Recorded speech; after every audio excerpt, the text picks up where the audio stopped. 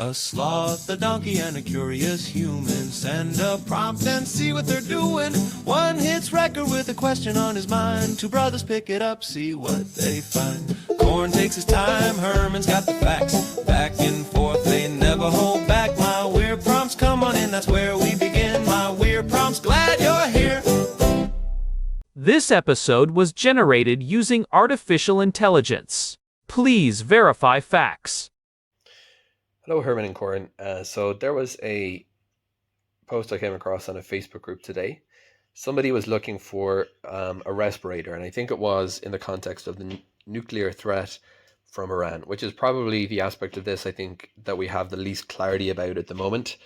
We've talked about the efforts by the coalition we've talked about the breakout period and how it's a frenetic attempt to make sure that they don't get to the level of enriched uranium that's weapons grade. And we talked about how once you reach a certain point that it goes from being a gas to being a metal again, that it becomes fairly transportable. And that's really the scary prospect that I'm certain the US and Israeli intelligence services are devoting their full attention towards making sure that, and we've seen President Trump talking about that in the last couple of days about how that is a key operational objective. So I say that it's kind of being ignored because there's just so much else going on. We have the ballistic missile strikes, we have Iran involving its neighbors. We're happy here in Israel to see the ballistic missiles decreasing a little bit today, but it takes our eye off the importance of that part of the objective. So the person who was posting on a Facebook group was asking about can you buy a nuclear resistant respirator or something like that, a mask, a gas mask.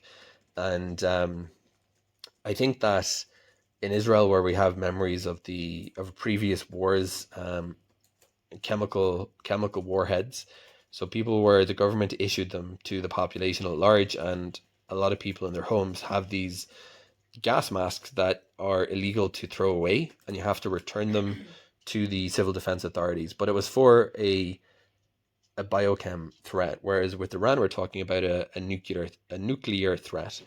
I guess my feeling, Herman and Corin, I don't need to tell you that I take preparedness and preparation pretty seriously, but there's also a level at which I hope the authorities have a plan for what a population would do, and I feel like there's no point even investing any effort in preparing there, because I don't personally feel like there's anything effective that one can do.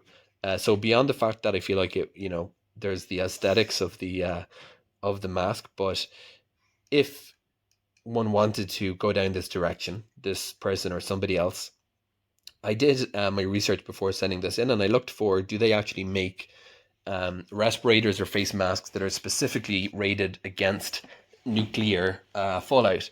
And the answer is that they do. You have 3M, which we've talked about, have a huge variety of cartridges and filters, and each one has a very specific intended use, or it's supposed to work for this.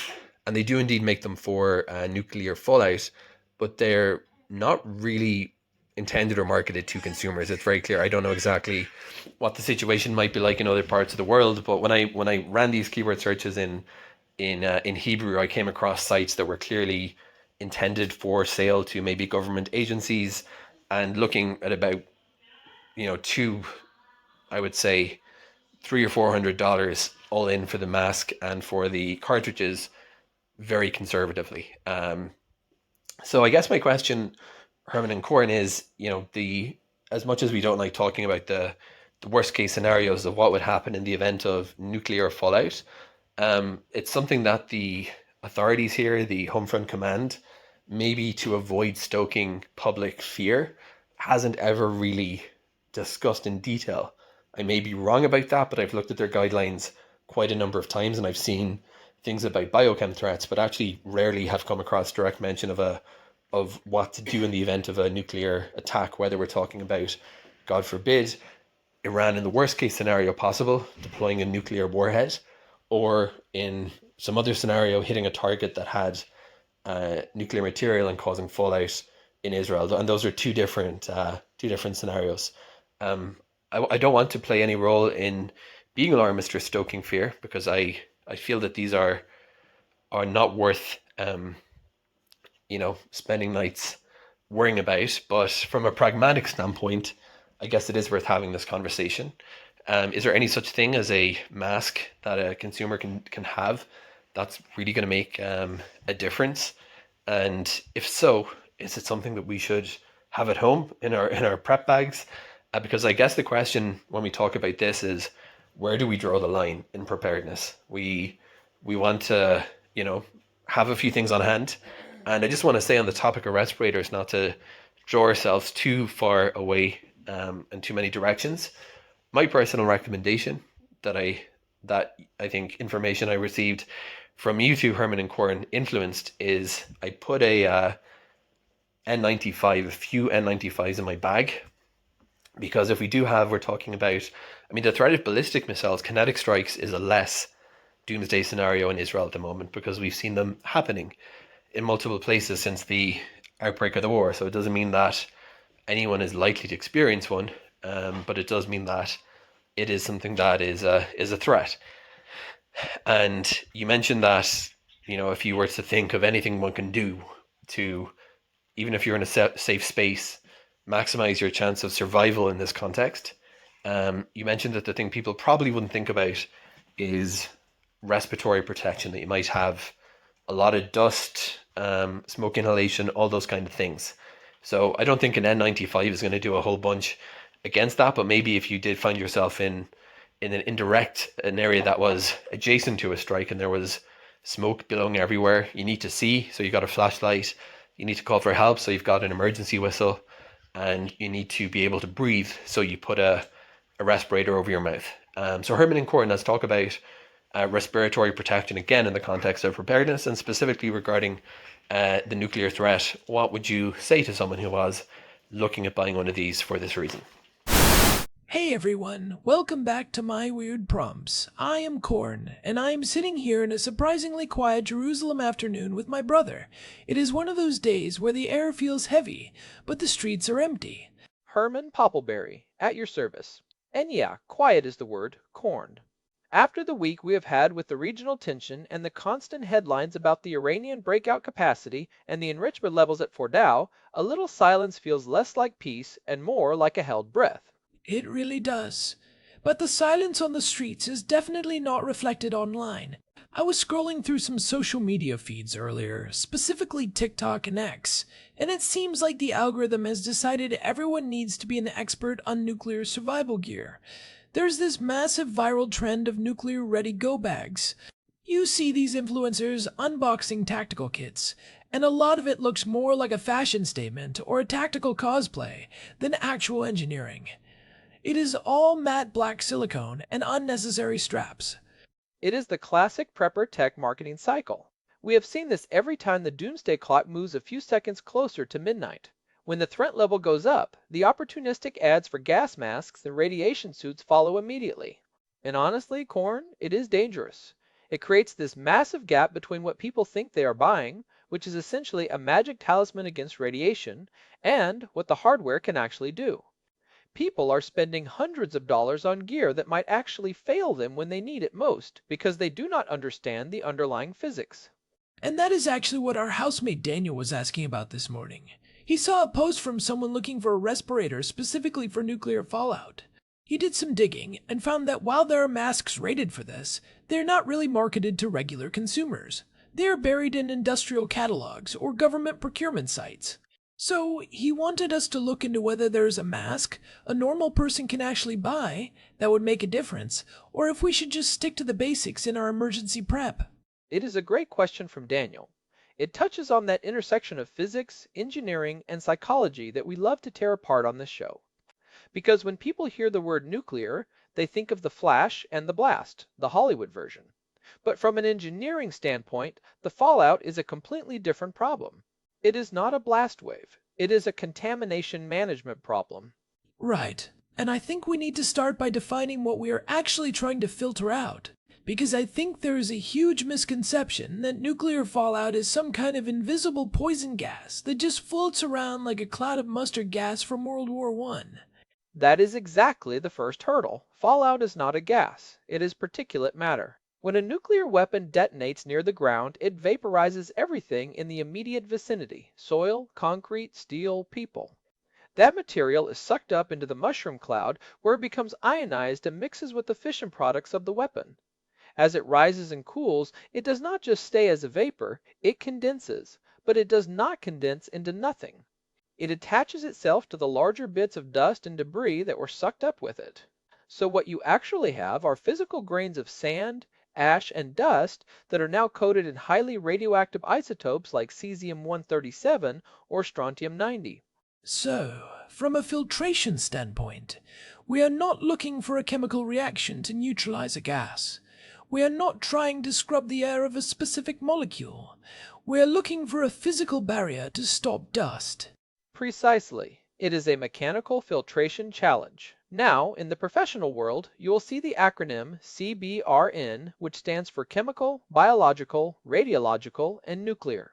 If a mask has a CBRN rating, it means it has been tested against a whole suite of threats, including specific blister agents, nerve gases, and very fine particulates. But for the average consumer, looking for that specific label often leads them to overpriced surplus gear that might have been sitting in a warehouse in Eastern Europe since 1989. The rubber might be degraded, the seals might be expired, and the filters might be clogged with charcoal dust. This is where it gets interesting. If it is just dust, does that mean a standard industrial mask, like something you would buy at a hardware store for sanding drywall or working with asbestos, would actually work? You are hitting the nail on the head. If we are talking about preventing the inhalation of radioactive fallout particles, a high-quality industrial respirator with P100 filters is actually an incredibly effective tool. In many ways, it is superior to a cheap tactical mask because the quality control is regulated by NIOSH, the National Institute for Occupational Safety and Health. Okay, let us break down the physics there. Why P100? Most people know N95 because of the pandemic, but what is the difference when we are talking about radioactive dust? So, the N95 rating means the filter captures 95% of particles that are 0.3 microns in diameter. Now, why 0.3 microns? Because that is what engineers call the most penetrating particle size. It is the size that is most likely to sneak through a filter. Anything larger gets caught by mechanical blocking, and anything smaller gets caught by something called Brownian motion. I remember we touched on some of that fluid dynamics back in episode 7016, when we were talking about precision strikes and fallout patterns. But explain how the P100 fits into that. A P100 filter is the gold standard.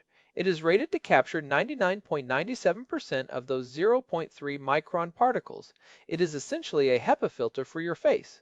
And here is the kicker: corn. Radioactive fallout particles are typically much larger than 0.3 microns. We are talking about particles in the range of 1 to 100 microns. That is the size of fine sand or flour. So they are actually easier to catch than the standard test particle. Way easier. From a physics perspective, a P100 filter is essentially a brick wall for fallout. The particles are so large and have so much mass that they cannot navigate the labyrinth of fibers inside the filter. They slam into the fibers and stay there. The filter uses three main mechanisms. There is interception, where a particle following a line of air gets too close to a filter fiber and sticks to it. There is inertial impaction, where a heavy particle cannot make the turn around a fiber and slams into it. And then there is diffusion, which is for the really tiny stuff that moves in a zigzag pattern. For fallout, inertial impaction is doing most of the heavy lifting. It sounds like, from a purely technical standpoint, the filter itself is not the weak link. If the filter is 99.97% effective, where does the system fail? It fails at the interface. The problem is not the filter media, the problem is the fit factor. This is the human element. You can have the best filter in the world, a filter that could stop a virus or a radioactive isotope with ease, but if the air is going around the mask instead of through it, you are just wearing a very expensive chin strap. The path of least resistance. This is where most consumer-grade prep fails. Professionals, like people who work in nuclear power plants or lead mines, go through what is called a fit test. They put on the mask, they put a hood over their head, and someone sprays a bitter aerosol like Bitrex or a sweet aerosol like saccharin inside. If you can taste it, your seal is broken. For a regular person in a high-stress scenario, donning a mask correctly is harder than it looks. If you have facial hair, even a 2-day stubble, you have essentially neutralized the effectiveness of that P100 filter. The air will take the path of least resistance, which is through the gaps in your beard.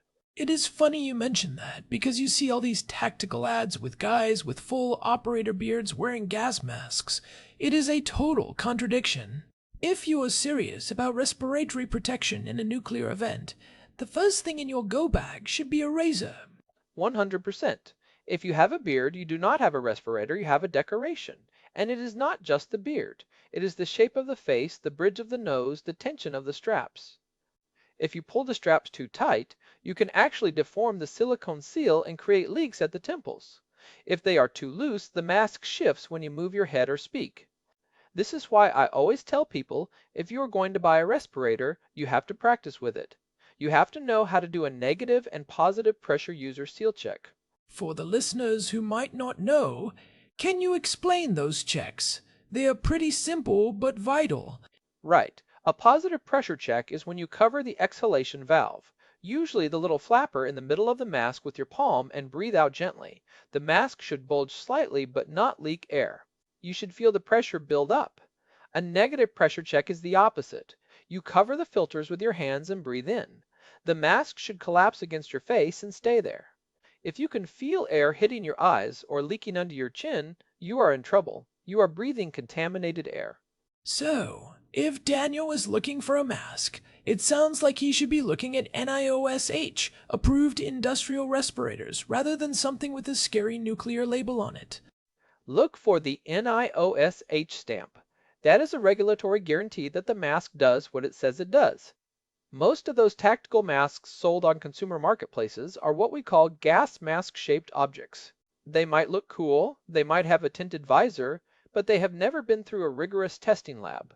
A $30 3M60 series or 70 series half-face respirator from a reputable industrial supplier is worth 10 times more than a $200 mask from a random prepper site. That is a huge insight. It is about the certification, not the marketing. But let us move into the second-order effects, because this is where the engineering gets really grim. Let us say you have the mask, you have the P100 filters, and you have a perfect seal. You are walking through a fallout environment. What happens to the filter? This is the part that people really do not want to hear, and it is rarely mentioned in the marketing. If you are in an area with heavy fallout and your filter is doing its job, it is trapping all those radioactive particles right next to your face. So the filter itself becomes a radioactive source. It becomes what we call a point source. You are essentially concentrating radioactive material inches from your nose and mouth. Now, the mask is still protecting you from internalizing those particles, which is the most important thing. Getting alpha and beta emitters inside your lungs is a death sentence because they sit there and ionize your internal tissues forever, but you are still taking a gamma dose from the filter itself. If you wear that mask for 10 hours in a high fallout zone, the filter might become hot enough to give you a localized radiation burn or contribute significantly to your overall dose. That is a terrifying thought. You are wearing a shield that is slowly becoming a hot coal. How do you manage that? Is there a rule for when to change filters? This is where we talk about the Rule of 48. In a nuclear event, the most dangerous period for fallout is the first 48 hours. That is when the short-lived isotopes, the ones that are incredibly hot and radioactive, are decaying most rapidly. There is a rule of thumb called the 7-10 rule. For every 7-fold increase in time after the detonation, the radiation intensity decreases by a factor of 10. So after 7 hours, it is 10% of what it was. After 49 hours, it is 1%. So the first 2 days are the gauntlet. If you are forced to move through a fallout zone during that window, you have to assume your filters are getting contaminated. You need a plan for replacement and disposal. You cannot just toss a radioactive filter in the kitchen trash. You need a protocol. You need to be able to swap those filters without breaking the seal of the mask, which is incredibly difficult with a half-face respirator. You almost need a second person in a clean environment to help you decontaminate. This brings up a bigger point, Herman, and it connects back to what we discussed in episode 892 about mamads and safe rooms. If the filter becomes a hazard, does that change the hierarchy of protection? It absolutely does. A mask is a tool for evacuation or for short-term exposure while you are securing your environment. It is not a substitute for a hardened shelter. If you are in a mamad, which for our international listeners is the reinforced security room required in Israeli apartments, or a properly sealed room, you should not need a mask. The engineering goal should be to keep the dust out of the room entirely, not to filter it at the individual level for 48 hours. I think that is a crucial distinction. We often get hyper-focused on the personal gear, the stuff we can touch and carry. It feels more proactive to buy a mask. But the most effective respiratory protection is a roll of high-quality plastic sheeting and some heavy-duty duct tape. Every single time. If you seal your vents, your windows, and your door gaps, you have created a collective filter. The air inside the room stays clean because the particles are too heavy to easily penetrate a well-sealed space. You are not fighting the psychological burden of wearing a silicone mask for 2 days straight. Have you ever tried to sleep in a respirator, Corn? I have not, but I can imagine it is a nightmare. It is exhausting. The moisture buildup from your breath, the heat, the pressure on the bridge of your nose. After 12 hours, your skin starts to macerate. You're going to be tempted to rip it off just to breathe normally, and that is when you fail. Panic breathing is a real thing. When you are stressed, your heart rate goes up, your respiratory rate goes up, and you feel like you are not getting enough air through those filters. It creates a feedback loop of anxiety. If you are in a sealed room, you can breathe naturally. You can stay calm. The mask should be in your bag for the moment you have to leave that room to get to a better location, or if the structural integrity of your shelter is compromised. So, to answer Daniel's question directly, yes, there is a mask he can buy. It is the NIOS age-approved P100 respirator. But the line we draw for respiratory protection is that it is a secondary layer. It is the backup for when the primary engineering controls, like your shelter, fail. Spot on. And I would add one more thing to that emergency bag that is way more useful than a second gas mask. A HEPA air purifier with a high CADR or clean air delivery rate. If you have a way to power it, like a portable power station, a HEPA filter in your safe room will do more for your long-term health than a dozen gas masks. It is constantly scrubbing the air of any fine particles that might have leaked in. It is basically a giant P100 filter for the whole room. It reduces the viral load, it reduces the dust, and it reduces the radioactive particulate count without you having to strap anything to your face. I like that. It is moving from individual PPE to environmental management. It is a more robust engineering approach. But let us talk about the supply chain for a second. We saw what happened in 2020. When people panic, the industrial supply of respirators vanishes in 48 hours. It is the same story every time. We saw it with N95 masks during the pandemic. The moment a real threat emerges, the 3 Ms and the Honeywells of the world are redirected to government contracts and first responders. If you wait until the sirens are in the news to buy a respirator, you're going to end up with a fake from an overseas marketplace that smells like cheap tires and provides zero protection. We actually saw a huge influx of counterfeit 3M masks in 2021 that looked identical but had filter media that was essentially just paper. So if you are gonna do it now. Buy from a reputable industrial safety supplier, places like Grainger or McMaster Carr, not a random seller on a big box consumer site where third-party sellers can swap in counterfeits. And get the right filters, you want P100. Sometimes they are labeled as multi-gas or vapor plus P100. Those are heavier because they have activated charcoal in them for chemical threats, which is great if you are worried about industrial chemical leaks, but they will still handle the fallout. If you just want fallout protection, the simple pink P100 discs are lighter, more breathable, and much cheaper. They are also easier to store. What about the full-face versus half-face debate? I see a lot of people pushing full-face masks because they protect the eyes. It is a trade-off. A full-face mask gives you a better seal because it seals around the whole perimeter of the face, and it does protect your eyes from radioactive dust, which can cause beta burns on the cornea. However, they are much harder to fit properly, they are more expensive, and they are much more difficult to communicate in. If you are trying to give instructions to your family while wearing a full-face mask, you are going to be muffled.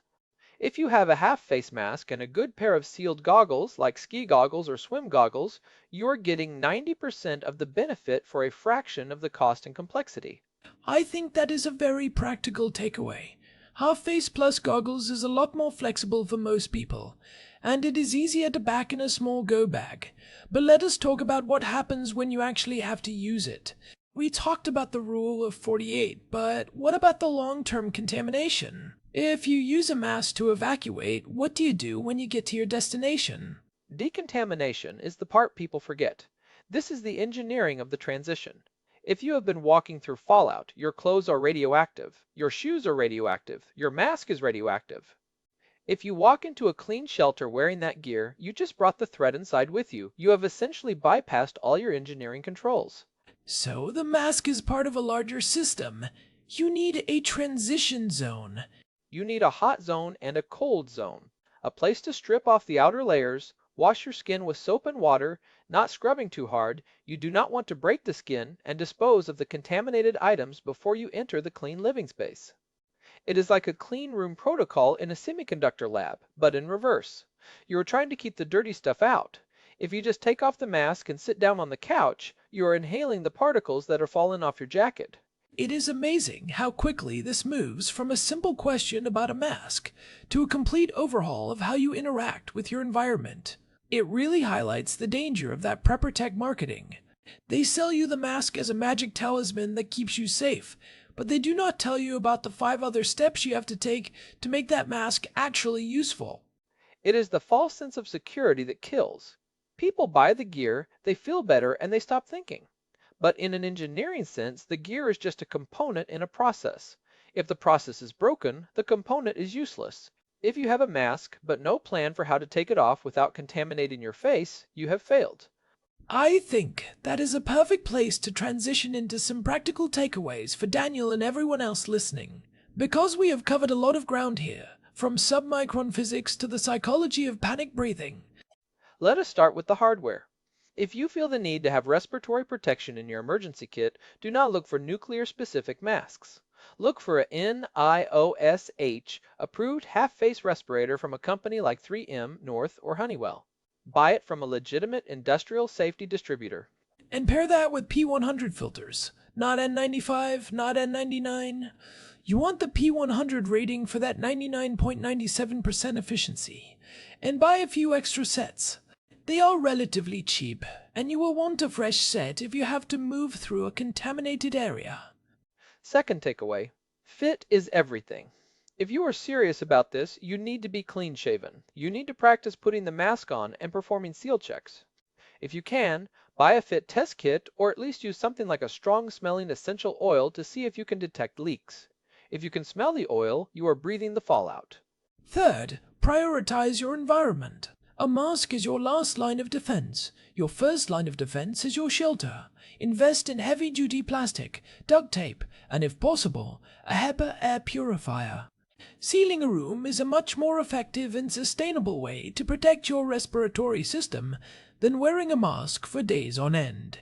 Fourth, the rule of 48. Understand that the first 2 days are the most critical. If you are in a safe place, stay there. Do not use your mask to go out and look around. Every time you open that door, you are risking the integrity of your clean space. The mask is for when you have no other choice but to move. And finally, have a decontamination plan. If you use the mask, you have to assume it is contaminated. Know how to take it off without spreading dust, peel it forward and down, and know where you are going to put it when you are done. It sounds like a lot, but it is really just about being methodical. It is about moving away from the fear-based marketing and toward a real understanding of the threat. Radioactive fallout is a physical problem, and physical problems have engineering solutions. It is not magic, it is just particles. I think that is a really empowering way to look at it. It takes the mystery and the terror out of it and replaces it with a checklist. And honestly, in the world we are living in right now, a good checklist is worth its weight in gold. It really is. And you know, looking back at some of our older episodes, like episode 739, where we talked about the nuclear threshold, it is clear that the conversation has shifted. We are no longer talking about if in the abstract, but how in the practical, and how we prepare determines how we survive. That is a sobering thought, but a necessary one. I want to thank Daniel for sending this in. It is a question that I think a lot of people are asking, but are afraid to dig into because the answers can be a bit overwhelming. Yeah, and if you are listening and you found this helpful, or if you have your own weird prompts about survival engineering or anything else, please get in touch. You can find the contact form on our website at myweirdprompts.com. And while you are there, you can check out our full archive. We have over 1,000 episodes covering everything from battery chemistry to the psychology of resilience. If you enjoyed this discussion on mamads and masks, check out episode 892 for a deeper dive into the structural side of things. And hey, if you have been listening to us for a while and you're getting value out of these deep dives, we would really appreciate a quick review on your podcast app or on Spotify. It genuinely helps the show reach new people who are looking for this kind of technical, no-nonsense analysis. It really does. We see every review, and it helps us keep the lights on and the research flowing. So, thank you to everyone who has already left one. All right, I think that is a wrap on episode 1042. We have given you the specs, we have given you the physics, and we have given you the plan. Now it is up to you to put it into practice. Stay curious, stay prepared, and most importantly, stay safe. This has been My Weird Prompts. I am Corn Poppleberry. And I am Herman Poppleberry. We will see you next time. Thanks for listening. You can find us on Spotify and at myweirdprompts.com. Until then, keep those seals tight and those shelters ready. Goodbye for now. This episode was generated using Gemini Flash 3. Text-to-speech engine was Chatterbox. Thanks for listening to our show, My Weird Prompts, where our thoughts go from slow takes to facts on cue. We change and follow through. My Weird Prompts.